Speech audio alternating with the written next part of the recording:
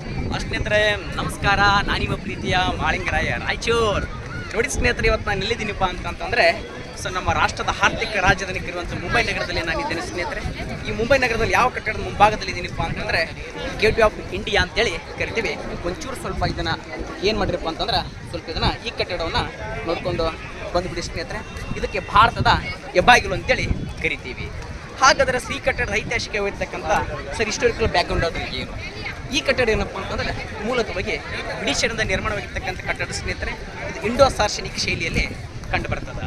ಈ ಕಟ್ಟಡವನ್ನು ಏನಕ್ಕೆ ಕಟ್ಟಿದ್ರಿ ಸರ್, ಯಾಕೆ ಕಟ್ಟಿದ್ರೂಪ ಅಂತಂದ್ರೆ 1911ರಲ್ಲಿ ಏನಪ್ಪ ಅಂದ್ರೆ ಇಂಗ್ಲೆಂಡಿನ ರಾಜಕುಮಾರ, ಇಂಗ್ಲೆಂಡಿನ ರಾಜ 5ನೇ ಜಾರ್ಜ್ ಮತ್ತು ಅವನ ಹೆಂಡತಿ ಕಂಡು ಬರ್ತಾರೆ ಸ್ನೇಹಿತರೆ. ಯಾರು? ಮೇರಿ ಅಂತ. ಇಬ್ಬರು ಕೂಡ್ಕೊಂಡು ಏನಪ್ಪ ಭಾರತಕ್ಕೆ ಬಂದಿದ್ರು. ಸರ್ ಯಾಕೆ ಬಂದಿದ್ರು? 1911ರಲ್ಲಿ ಏನಪ್ಪ ಅಂತಂದರೆ ಲಾರ್ಡ್ ಹಾರ್ಡಿಂಜನ್ ವೈಸರ್ ನೇತೃತ್ವದಲ್ಲಿ ಏನಪ್ಪ ಅಂತಂದರೆ ಒಂದು ದೆಹಲಿ ದರ್ಬಾರ್ ಅಂತೇಳಿ ಒಂದು ಕಾರ್ಯಕ್ರಮ ಏನಪ್ಪ ಅಂತಂದ್ರೆ ನಡೀತಾ ಇತ್ತು. ಆ ಕಾರ್ಯಕ್ರಮಕ್ಕೆ ಏನಪ್ಪ ಅಂದರೆ ಇಬ್ಬರು ರಾಜ ಮತ್ತು ರಾಣಿ ಇಬ್ಬರು ಭಾರತಕ್ಕೆ ಬಂದಿದ್ರು. ಭಾರತಕ್ಕೆ ಬಂದಾಗ ಪ್ರಥಮ ಬಾರಿಗೆ ಏನಪ್ಪ ಅಂದರೆ ಅವ್ರ ಅಡಿಗೆಯಿಂದ ಹಿಡಿದು ಎಲ್ಲಿಪ್ಪ ಅಂತಂದರೆ ಇದೇ ನಮ್ಮ ಈ ಮುಂಬೈನ ಇದೇ ಒಂದು ಪ್ರದೇಶದಲ್ಲಿ ಸ್ನೇಹಿತರೆ. ಈಗ ಏನಪ್ಪ ಅಂತಂದರೆ ಬ್ರಿಟಿಷರು ಏನು ಮಾಡ್ತಾರಪ್ಪ ಅಂದರೆ 1913ರಿಂದ ಈ ಕಟ್ಟಡವನ್ನು ಕಟ್ಟಕ್ಕೆ ಸ್ಟಾರ್ಟ್ ಮಾಡ್ತಾರೆ ಸ್ನೇಹಿತರೆ. 1913ರಿಂದ 1924ರವರೆಗೆ ಏನಪ್ಪ ಅಂದರೆ ಈ ಕಟ್ಟಡ ನಿರ್ಮಾಣವಾಗಿದೆ.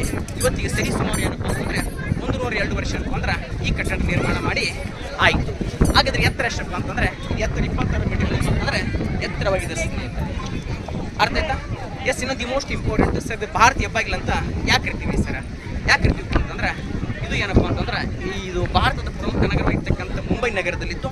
ಇದೇನಪ್ಪ ಅಂದ್ರೆ ವ್ಯಾಪಾರಕ್ಕೆ ಭಾಳ ಅತ್ಯಮೂಲ್ಯವಾಗಿರ್ತಕ್ಕಂಥ ಪ್ರದೇಶವಾಗಿತ್ತು. ಈ ಕಾರಣಕ್ಕಾಗಿ ಏನಪ್ಪ ಅಂತಂದ್ರೆ ಇದು ಅಂದಿನ ಭಾರತ ಹೆಬ್ಬಾಗಿಲಾಗಿತ್ತು. ಇಂದು ಕೂಡ ಹೌದು. ಈ ಕಾರಣಕ್ಕಾಗಿ ಏನಪ್ಪ ಅಂತಂದ್ರೆ ಈ ಕಟ್ಟಡಕ್ಕೆ ಏನಂತ ಕರೀತಾರೆ?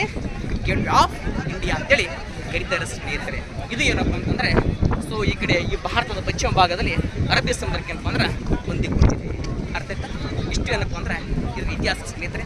ಇದರ ಪಕ್ಕದಲ್ಲಿ ಏನಪ್ಪ ಅಂತಂದ್ರೆ ಈಗ ಮತ್ತೊಂದು ಕಟ್ಟಡ ಕಂಡು ಬರ್ತದೆ ಸ್ನೇಹಿತರೆ. ಅದು ಯಾವುದಪ್ಪ ಅಂತಂದ್ರೆ ತಾಜ್ ಹೋಟೆಲ್ ಅಂತ.